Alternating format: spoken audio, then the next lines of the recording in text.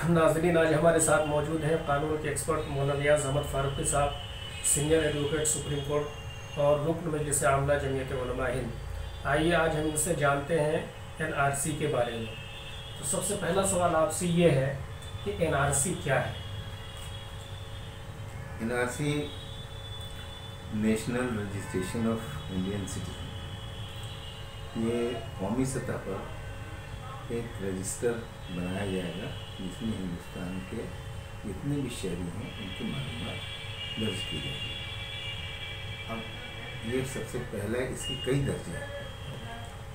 एक तो मकामी सतह के ऊपर रजिस्टर होगा, फिर उसके बाद एक तहसील की सतह पर होगा, फिर उसके बाद एक ज़िले की सतह पर होगा, फिर एक स्टेट की सतह पर होगा, फिर पूरे इंडिया का मकामी सतह पर रजिस्टर होगा। यानी इस मतलब 5 प्रोसेस हैं।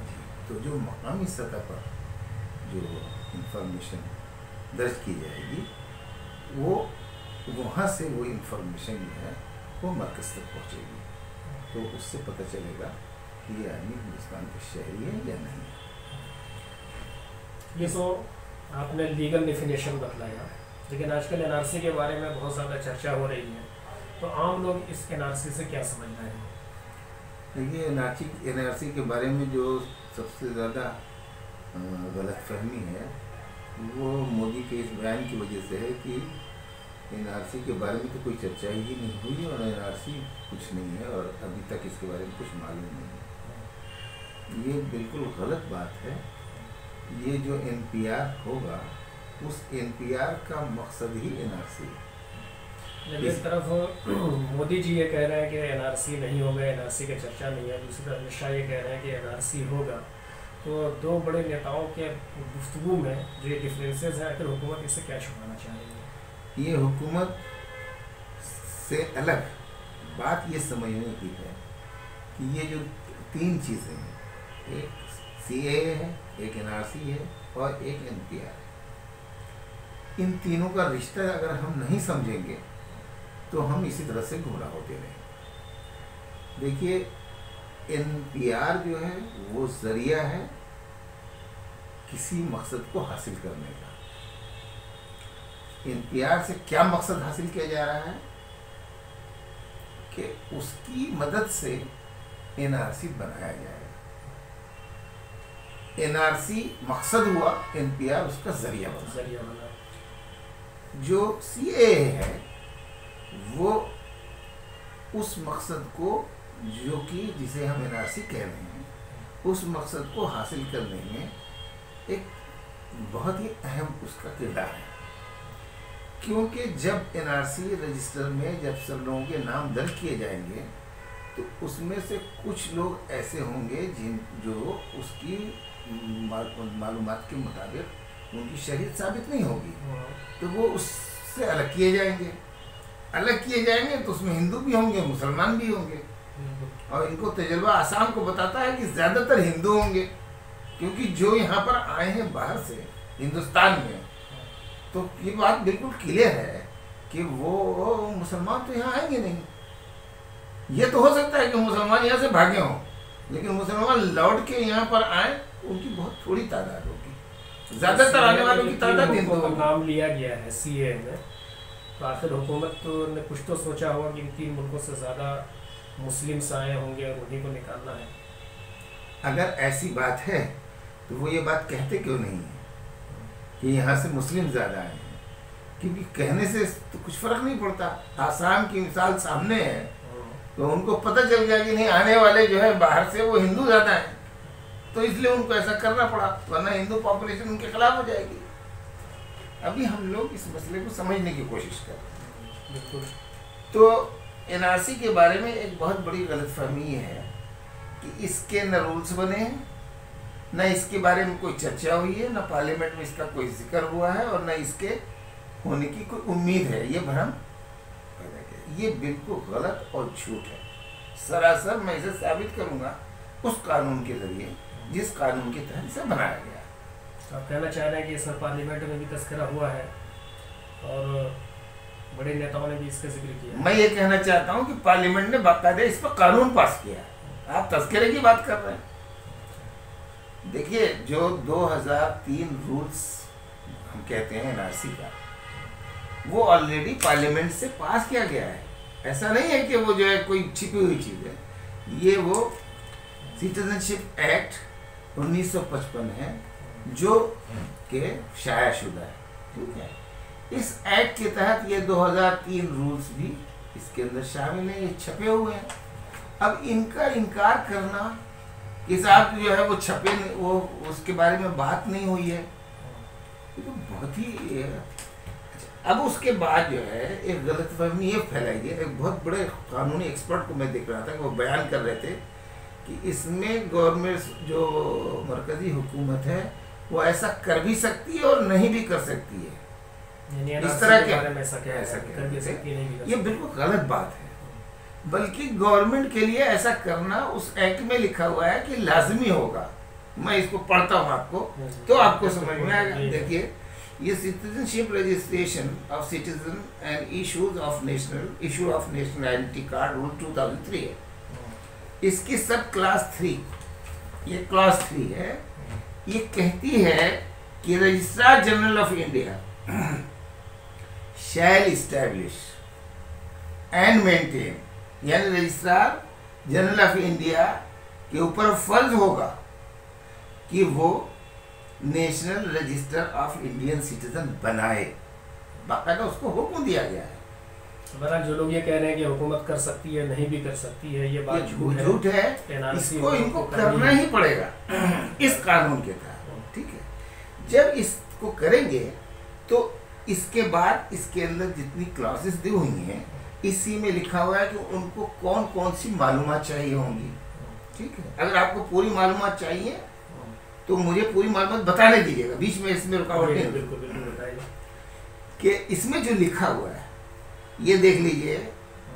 क्लास 3 सब क्लास 3 में ये लिखा हुआ है कि कौन कौन सी मालूमात हासिल की जाएंगी। उसमें लिखा हुआ है कि नाम, वालिद का नाम, वालदा का नाम, उसका सेक्स यानी मर्द है या औरत, उसकी डेट ऑफ बर्थ, उसके मकाम पैदाइश प्लेस ऑफ बर्थ, उसके अलावा उसका रिहाइश का पता, प्रेजेंट जो मौजूदा है, परमानेंट जो मुस्तकिल है, उसकी वो शादीशुदा है या नहीं है, मैरिटल स्टेटस उसके जैसे पहले पासपोर्ट में होता था ना, कोई शनाख्ती निशान अगर उसके चेहरे वगैरह पर है कोई, तो वो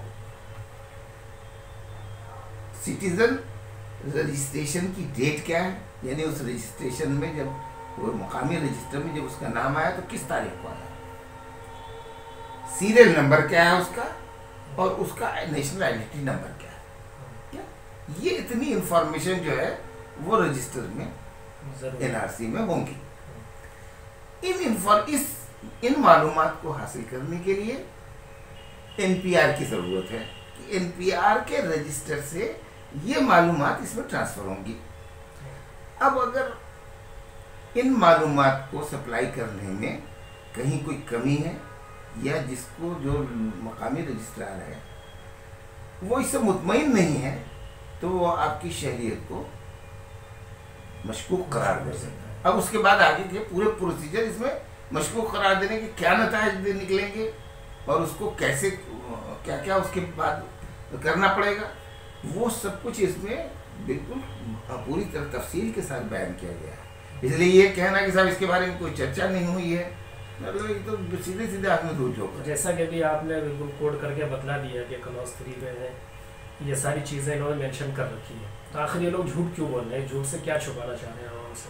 वो एक तो ये कहते हैं बार बार कि जो इन्होंने सीएए यानी कानून में जो ये तरमीम की है कि इन 3 मुल्कों से आने वाले हिंदुओं को जो है इलीगल माइग्रेट यानी गैर कानूनी तौर पर वतन इख्तियार करने वाला नहीं करार दिया जाएगा। ये जो इन्होंने तरमीम की है इससे ये कुछ लोगों को शहरियत देना चाहते हैं। तो ये पूछते हैं हमसे कि आपको क्या एतराज़ है, अगर हम हिंदुओं को शहरियत देना चाहते हैं तो आपको क्या एतराज़ है? हम आपकी शहरियत ले नहीं रहे हैं, यही बार बार कही जा रही है। और ये लोगों को गुमराह कर रहे हैं, क्योंकि शहरियत नहीं ली जा रही है अगर, तो एनआरसी की ज़रूरत क्या है? आप जिनको शहरियत देना चाहते हैं उनको दे दीजिए।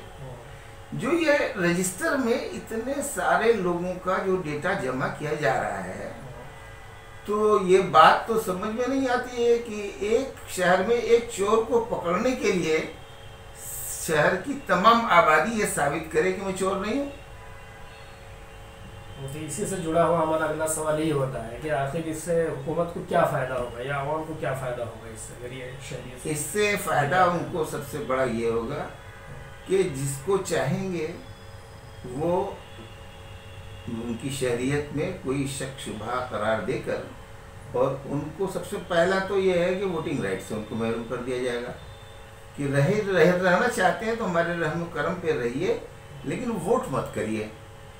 अच्छा, ये बात वैसे नहीं कही जाती। अगर आमतौर से कोई और हुकूमत होती तो ये बात शायद लोगों के दिल में ना आती, लेकिन ये जो हुकूमत है ये कोई नॉर्मल हुकूमत नहीं है। ये एक हुकूमत है जो उसकी एक मुस्तकिल आइडियोलॉजी है, और वो आइडियोलॉजी वो है जो आरएसएस की आइडियोलॉजी है।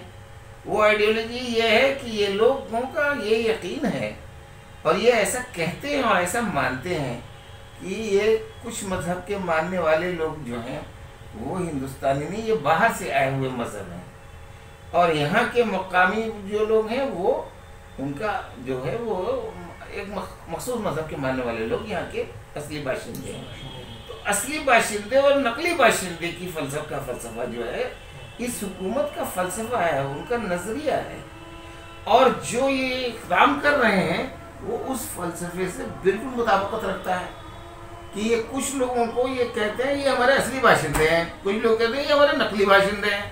तो नकली बाशिंदे यहाँ पे मजदूर के तौर पे रहें, काम करें, हम उनको काम करने के लिए कार्ड दे देंगे, लेकिन उनको ये हक नहीं होगा कि वो बराबर के शहरी बने और हुकूमत के अंदर हिस्सेदार बने, या जो है हुकूमत के फैसलों के ऊपर असरअंदाज हों, वोटिंग में इनका कोई वो हो। अब इससे जो है इससे एक रास्ता खुलता है कि जब ये तमाम आखिर 70 साल से लोग वोट डाल ही रहे हैं, जब ये एक ऐसा करेंगे कि एक मखसूस इलाके में इनको मालूम है कि यहाँ हमें 3-4% अगर वोट अगर हमको ज़्यादा मिल जाए, या 3-4% जो है हमारी अपोजिशन पार्टी को या फला फिरके के लोग या फला तबके के लोग वोट डाल रहे हैं, अगर हम इनका नाम इलेक्शन के उससे खारिज कर दें तो हमारी यहाँ पे हुकूमत कायम हो जाएगी। अब आखिर होता क्या है, आप देखते हैं जब आमतौर से इलेक्शन होता है तो इलेक्शन की जो लिस्ट है उसमें गड़बड़ करते हैं, बहुत सारे नाम खारिज हो जाते हैं, होते हैं या नहीं होते हैं, ये सबका तजर्बा है। तो ये एनआरसी के जरिए एक ऐसा रास्ता खोल देंगे कि वो जो काम करते हैं कि अचानक गायब कर देते हैं, वो काम इलीगल तरीके से करते हैं। ये काम वही करना चाहते हैं कि आपका नाम रजिस्टर से हटाएंगे, लेकिन उसको कानूनी तरीके से हटाएंगे। अब आप लड़ते रहिए। अब जैसे मैं कानून की बात की है तो कानून में एक सीए आया है, इसमें सीए में ख़ास तौर से मुस्लिम का नाम नहीं लिया गया है।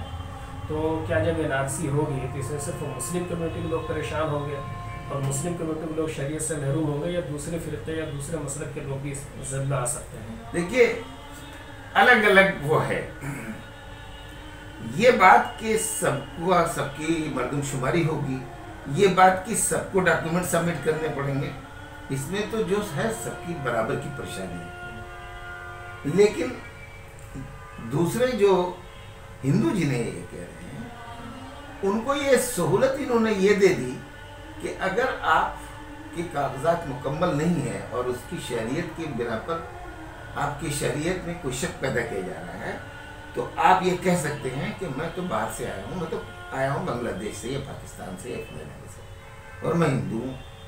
तो इस बिना पर वो जो है आपके ऊपर इलीगल माइग्रेट की टैक्स नहीं लगेगी और आप उसके नताज से बच जाएंगे। इलीगल माइग्रेशन होने की सूरत तो नताज कहते हैं, एक तो यही नतीजा कि डिटेंशन सेंटर में भेजा जा सकता है आपको, तो आपको डिटेंशन सेंटर में तो नहीं भेजा जाएगा। लेकिन अगर हुए आप मुसलमान तो आपके लिए तो वो रास्ता बंद है। अब आप क्या करेंगे सिवाय इसके कि जो आपके पास लीगल प्रोसेस है, उस लीगल प्रोसेस से आप लड़ाई लड़ेंगे, उस वक्त तक जब तक आपकी लड़ाई जारी रहेगी, आप बहुत सारे आपके राइट्स जो है सस्पेंडेड होंगे, आप वोट भी नहीं डाल सकेंगे, एडमिशन, नौकरी, फला फला सब हर चीज़ों मुतासिर हो। तो ये परेशानी है इसके अंदर। जो कानून में ये कहा गया है कि जो बाहर इन 3 मुल्कों से लोग आएंगे सिर्फ उनको नागरिकता दी जाएगी, और जो यहाँ के लोग हैं, खासतौर पर हिंदुओं की बात करूँगा, जो बाहर कहीं से नहीं आए हैं लेकिन उनके पास ऐसे डॉक्यूमेंट्स नहीं हैं, तो फिर उसको किस बुनियाद पर इस कानून के तहत शहरियत देने की कोशिश करेंगे? देखिए, आपका जो ये सवाल है, इससे मैं ये समझ रहा हूँ कि इसी वजह से सारी गलतफहमी पैदा हो रही है। पहले इस सवाल को सही करिए और अपने सवाल को खुद समझिए आप। ये इनका खुद दावा है कि ये कानून जो बनाया जा रहा है किसी की शरीयत को लेने के लिए नहीं बनाया जा रहा है, बल्कि शरीयत देने को बनाया जा रहा है। वही समझना कि जो यहीं के लोग हैं, ये मैं यही समझ आपको बता रहा हूँ कि ये जो अमेंडमेंट कह रहे हैं, तरमीम जिसे कह रहे हैं, इस तरमीम के जरिए वो यकीनन सब कुछ लोगों को शरीयत दे रहे हैं, किसी की शरीयत नहीं ले रहे हैं। ये बात समझने की है, तो इसी वजह से सारी गलतफहमी पैदा हो रही है। जो सीएए है, इससे यकीनन बहुत सारे लोगों को शरीयत मिलेगी, लेकिन इससे ये कि किसी की शरीयत वापस ले ली जाए, बिल्कुल नहीं, ऐसा नहीं है। एनआरसी के जरिए शरीयत छीनी जाएगी, एनआरसी के जरिए से ये काम करेंगे। ये बात, इसलिए सीए की मुखालफत हम क्या कर रहे हैं, हमारा पूरा फोकस, पूरी ताकत सीए के खिलाफ लगी हुई है। और हो क्या रहा है एक्चुअल में कि सीए से यकीनन कुछ लोगों को शहरियत मिल रही है, वो 30,000 31,000 जो लोग हैं, इससे हमारा इतना नुकसान नहीं है। अगर हिंदू भी हिंदुस्तान के हैं, हिंदुस्तान के रहने वाले थे और उनके साथ वहाँ पे ज्यादती हो रही है, होती होगी, अगर हमें उनसे क्या दुश्मनी है? कोई दुश्मनी नहीं है। अच्छा, हमारे लिए तो अगर मुसलमान वहाँ से आएंगे और उनको शहरियत का सवाल होगा, या वहाँ से हिंदू आएंगे, दोनों बराबर है। हम ईमानदारी के साथ कहते हैं, हमारी पाकिस्तान से हमारा ऐसा कोई रिश्ता नहीं है, वरना पाकिस्तानी चले गए होते। हमारे लिए तो दोनों बराबर हैं। ये जो अंधी बहरी गूंगी सरकार आई है, इसके सामने बहुत बड़ा फर्क है कि अगर एक हिंदुस्तानी है और वो मुसलमान है तो वो इनका दुश्मन है, और एक पाकिस्तानी है और वो हिंदू है तो वो इनका दोस्त है। कैसे उल्टी खोपड़ी के लोग हैं ये। अब ऐसी सूरत हाल में हमको ये समझना बहुत ज़्यादा ज़रूरी है कि इनका ये कहना सही है कि सीएए के जरिए आपकी शरीयत नहीं ले रही है, किसी को शरीयत दे रहे हैं, और एनआरसी को गोल कर जा रहे हैं। मैं ये कह रहा हूँ, भाई तुम सीएए के जरिए किसी को शरीयत दे रहे हो और एनआरसी के जरिए मेरी शरीयत छीन रहे हो। तो एनआरसी के जरिए से जो शहरियत छीन रहे हैं, तो जाहिर सी बात है सब डॉक्यूमेंटेशन की बुनियाद पर काम होगा। एनआरसी या सीए जो कुछ जिसके तहत भी हमको साबित करना होगा तो उसमें डॉक्यूमेंट से देना पड़ेगा। अब ये जो आपका जो ये सवाल है कि डॉक्यूमेंट्स की बिना पर, तो मैं इसको भी ये दिखा देना चाहता हूँ, ये एक्ट में लिखा हुआ है, ठीक है, आपके लिए, ताकि ये बात जो है आपके जहन में आ जाए कि मैं बात क्या कह रहा हूँ। देखिए, इसमें इन्होंने कहा है कि जो रजिस्टर तैयार होगा उसमें ये इंफॉर्मेशन दाखिल होंगी। अब सेक्शन 10 है, deletion of name and particulars from national register of Indian citizen, के इंडियन सिटीजन के रजिस्टर से नामों का इखराज, ये लिखा हुआ है ना। ये लिखा हुआ है। तो किनका नाम खारिज किया जाएगा और उसके क्या नताइज निकलेंगे, वो यहाँ पे लिखा हुआ है। वो मैं उसे पढ़ देना चाहता हूँ आपको, ताकि ये बात आपके, ये हम कोई थियोरिटिकल बात नहीं कर रहे हैं, बल्कि हम इनके एक्ट में लिखी हुई।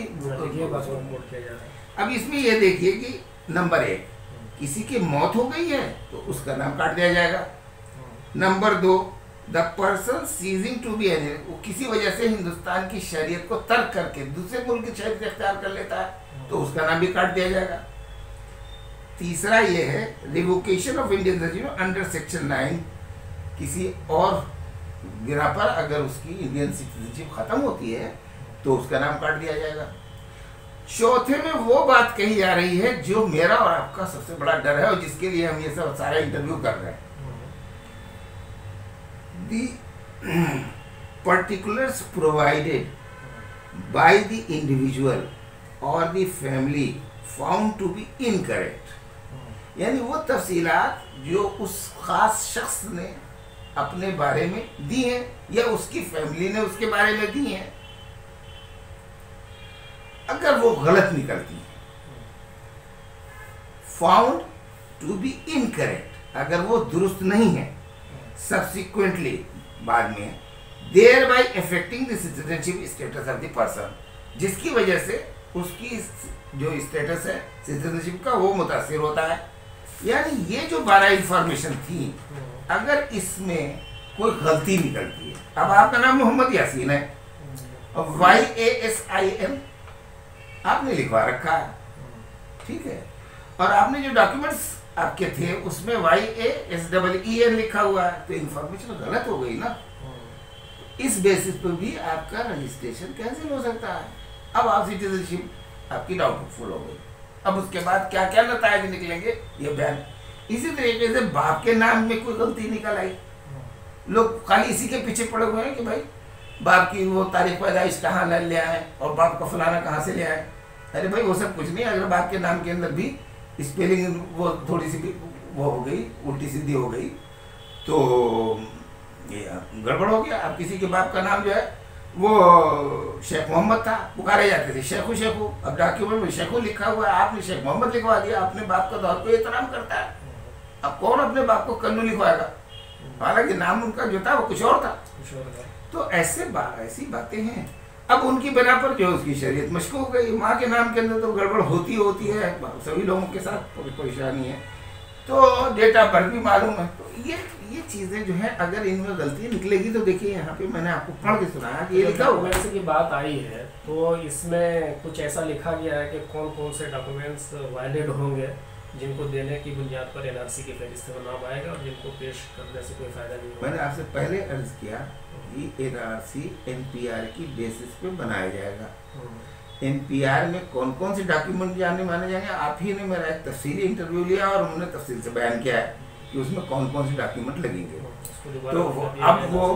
तो वो जो भी आपकी पैदाइश की तफसीलात से मुतालिक जितने भी डॉक्यूमेंट्स होते हैं, उसमें बर्थ सर्टिफिकेट है, उसमें हाई स्कूल का सर्टिफिकेट है, उसमें आपका आधार कार्ड है, उसमें आपका इलेक्शन आई कार्ड है, उसमें आपका जो है जो मकामी कुटुंब रजिस्टर की जो तफसीलात होती हैं, उसके अंदर जो ज़मीन के कागजात में जो तफसीलात होती हैं, और बिजली का कागज़ है फला, ये बहुत सारी चीज़ें हैं, लेकिन उनमें तफसील समझने की ज़रूरत है कि कौन से कागज़ किस कागज़ से ज़्यादा अहम है।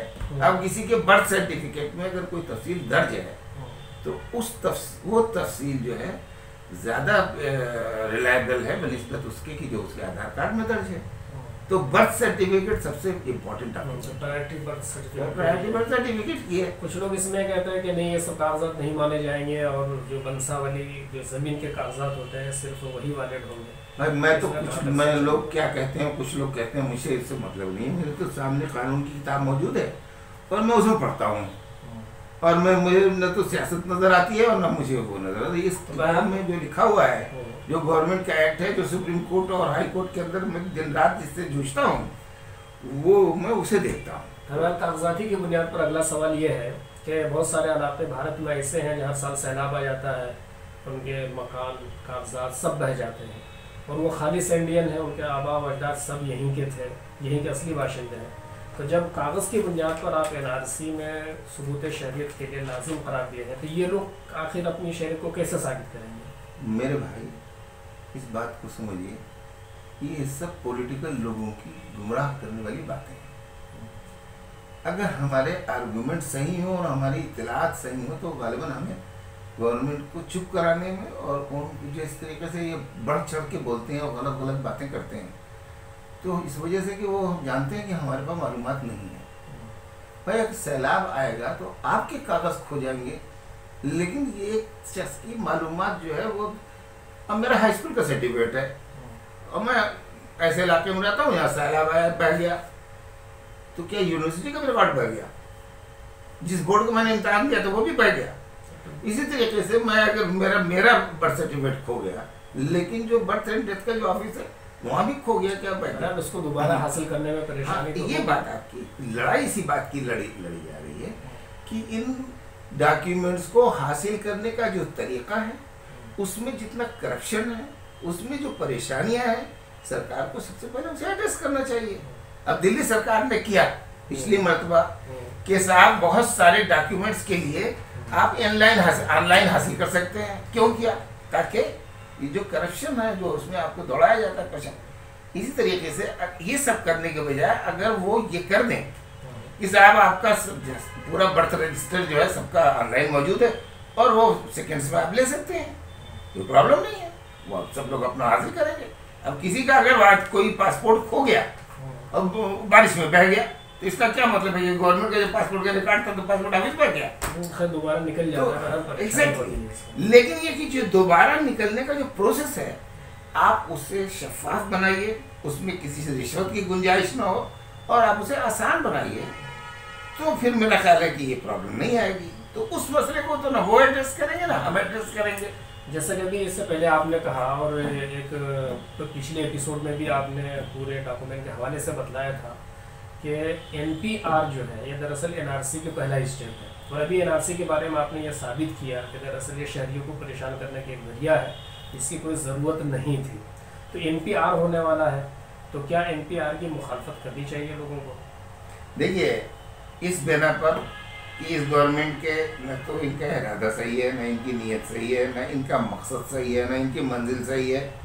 इनका मकसद है ख़ास तबके के टारगेट बनाना, इनका मकसद है मुल्क को तोड़ना, इनका मकसद है आपस में लोगों को लड़ाना, इनका मकसद है तबकाती तफरीक पैदा करना, मजहबी तफरीक पैदा करना। ऐसी सूरत हाल में इनके ये इक़दाम जिन्हें अगर नॉर्मल हालात में और अच्छे इरादे से किया जाए तो इनसे फ़ायदा होगा, लेकिन इसका मकसद ये दुधारी तलवार है। अगर इसको अच्छे काम के लिए इस्तेमाल किया जाए तो हम उसकी वो करते हुए इसकी हिमायत करते, लेकिन इनका इरादा गलत, इनके सारे ऐलानात गलत, ये झूठ बोलते हैं, ये दूसरों को धोखा देते हैं, पार्लियामेंट को गुमराह करते हैं, सुप्रीम कोर्ट को गुमराह करते हैं। आज जो बात कहते हैं वो कल उससे मुकर जाते हैं। इसलिए भाई ये तो ज़रूरी हमारे ऊपर लाजिम हो गया है कि हम इसकी पूरी ताकत के साथ मुखालफत करेंगे, करते रहेंगे। लेकिन दूसरी तरफ मुखालफत करने में अंधे नहीं बनेंगे कि जिसकी वजह से हमारा जो अपना वाकई फ़र्ज़ है सही मालूमात अपने बारे में रखना, दूसरों को सही मालूमात प्रोवाइड कराना, तो ये एक जिम्मेदार शहरी के तौर पे हमारा फ़र्ज़ बनता है कि इसमें कोई वो यकीन नहीं। भाई आपका नाम सही होना चाहिए, आपके वालिदैन का नाम सही होना चाहिए, उनकी तारीख पैदाइश सही होनी चाहिए, उनकी जगह के बारे में मालूमात सही होना चाहिए। आपके गांव में, आपके मोहल्ले में, आपके पड़ोस में अगर कुछ ऐसे लोग आ जाते हैं जो बाहर के हैं, मशकूक हैं, जो दुश्मनों के भेजे हुए हैं, आपके दरमियान घुसपैठिए वाकई हैं, वैसे जिम्मेदार शहरी का हमारा फ़र्ज़ बनता है कि उनको आइडेंटिफाई करने में मदद करें। ये सब, लेकिन आपको घुसपैठिया साबित करने के लिए, मतलब जो शख्स घुसपैठिया नहीं है उसे साबित करने के लिए, और जो घुसपैठिया वाकई है उसको किसी बिना पर जो है शहरी बनाने के लिए आप ये काम कर रहे हैं, तो हम आपको कैसे साथ देंगे? तो इसकी मुखालफत करना तो हमारा फ़र्ज़ है। मुखालफत फ़र्ज़ है, मुखालफत हमारे लिए फ़र्ज़ है, बहैसियत शहरी के, बहैसियत एक अच्छे इंसान के, बहैसियत एक जिम्मेदार के और मुल्क और मिल्लत के खैखा के, हमारा ये फ़र्ज़ है कि हम इसकी मुखालफत करें। चूँकि सुप्रीम कोर्ट में मुकदमा चल रहा है और आप भी इसमें फरीक हैं, कल आप कोर्ट में रहेंगे, जो कल 22 तारीख को इसमें फैसला आने वाला है, तो कोर्ट की इस प्रोसेस के बारे में क्या कुछ नई जानकारी क्या है? बड़ी गलतफहमियाँ हैं। मुझे तो बड़ा वो होता है, इसमें इंफॉर्मेशन की बहुत कमी है। कोई फैसला नहीं आने वाला है और मैं देख रहा हूँ 2 दिन से चल रहा है। मुझे कल भी लोग बहुत सारे सवाल कर रहे थे कि फैसला आने वाला, अभी किस बात का फैसला आने वाला? अभी तो दरख्वास्त डाली गई है और यह है कि इसे एडमिट किया जाए, नहीं कि एडमिट किया जाए, इसमें कैसे सुनवाई होगी, कौन सी तारीख होगी, अभी तो फैसला आने वाला है। तो ये पूरे सोशल मीडिया पे फैला दिया कि कोई फैसला आने वाला, कोई फैसला नहीं आने वाला। तो कल नहीं, 22 तारीख यानी परसों है इसकी पेशी, और उस पेशी के अंदर सरकार को जो नोटिस दिया गया था, जब हम लोगों ने एप्लीकेशन लगाई, जमीयत उलमा हिंद भी उसके अंदर एक पार्टी है, मौलाना मोहम्मद बदी साहब एप्लीकेंट हैं, जो इस कानून के खिलाफ हमने सुप्रीम कोर्ट के अंदर अर्जी दाखिल की है, तो जमीयत उलमा उसके अंदर सबसे लीडिंग पार्टी है। लेकिन ये कि उसकी बिना पर सरकार को नोटिस दिया गया है कि आप इसके बारे में बताएं, अब वो नोटिस का जवाब आएगा, हो सकता है आए भी, हो सकता है न भी आया, वो कि कोई बहाना लेके टाइम ले ले। अब वो आएगा तो उसके मुताबिक सुप्रीम कोर्ट ये तय करेगी भाई कौन से जज इसको सुनेंगे, किस तारीख को सुनेंगे, क्या इसका प्रोसेस होगा। फिर उसके बाद ये भी देखा जाएगा कि इसके ऊपर स्टे बनता है कि नहीं बनता है, कि जो कानून बना हुआ उस पर स्टे लगेगा। तो ये बहुत प्रोसेस से गुजरना है, अभी दिल्ली बहुत दूर है, नहीं है। अब लोग जो लोग ये बहुत ही वो करके बैठे हुए हैं कि बस परसों फैसला आ जाएगा, उनको मायूसी होगी, फिर गलत इन्फॉर्मेशन। तो ये इनके खिलाफ जो लोग एहतजाज कर रहे हैं, इतनी मेहनतें कर रहे हैं, उनके लिए आप क्या पैगाम देना चाहेंगे? बहुत अच्छा काम कर रहे हैं, अल्लाह उनकी मदद करेगा, और कामयाबी नाकामी अल्लाह के हाथ में है। हमारा काम कोशिश करना है, उनको कोशिश करते रहना चाहिए। जमीयत उलमा पूरी ताकत के साथ उनका हिमायत करेगी। किस तरह के हमेशा हालात बदलते रहते हैं, और इतना समझदार होना चाहिए कि सब लोग एक ही काम करें, ऐसा ज़रूरी नहीं है। हम लोग जहाँ पे काम की ज़रूरत है काम कर रहे हैं। दूसरी तरफ ये है कि दूसरा मैसेज मैं ये देना चाहता हूँ, ये बहुत अच्छा मौका है, और हम इस मुल्क के तमाम शहरियों बगैर उनके मज़हब और ज़ात पात का लिहाज किए हुए हम उनके करीब आ रहे हैं, वो हमारे करीब आ रहे हैं। ये एक बहुत एक अच्छे मुस्तकबिल की निशानदेही करता है। ऐसे में जैसे अंग्रेज़ों की ये पॉलिसी थी डिवाइड एंड रूल, तो ये तो उनसे ज़्यादा इस काम को अंजाम देंगे, डिवाइड एंड रूल की पॉलिसी को। तो आप इसकी तरफ से होशियार रहें, और लोगों के दरमियान जो है वो पैदा न होने पाए इसकी तरफ। और दूसरे ये कि अपने कागजात वगैरह के सिलसिले में इस गफलत में हमारे न जाएं, या आप तो 3 महीने तक वो करते रहे इसकी तैयारी, स्ट्रीट में बैठे नहीं हमारी औरतें और बच्चे, और अपने कागजों से आप गाफिल ले, और पता चला कि 1 अप्रैल से वो शुरू हुआ, और वो जो हमारी तरफ उसकी तरफ हमारी तवज्जो नहीं की, हमारे कागजात में खामियां निकली, और बहुत सारे लोगों को परेशानी झेलनी पड़ी।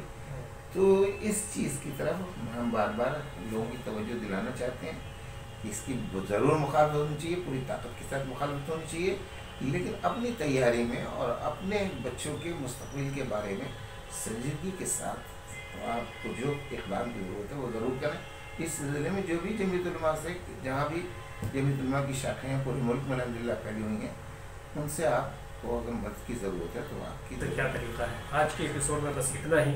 अगर इस सिलसिले में आपके जहन में कोई सवाल है तो इस वीडियो के कमेंट्स बॉक्स में आप सवाल लिख करके भेज दें, इंशाल्लाह जवाब देने की पूरी कोशिश की जाएगी। अगले एपिसोड में फिर किसी नए मौजू के साथ आपके सामने रूबरू होंगे। तब तक के लिए खुदा हाफिज़।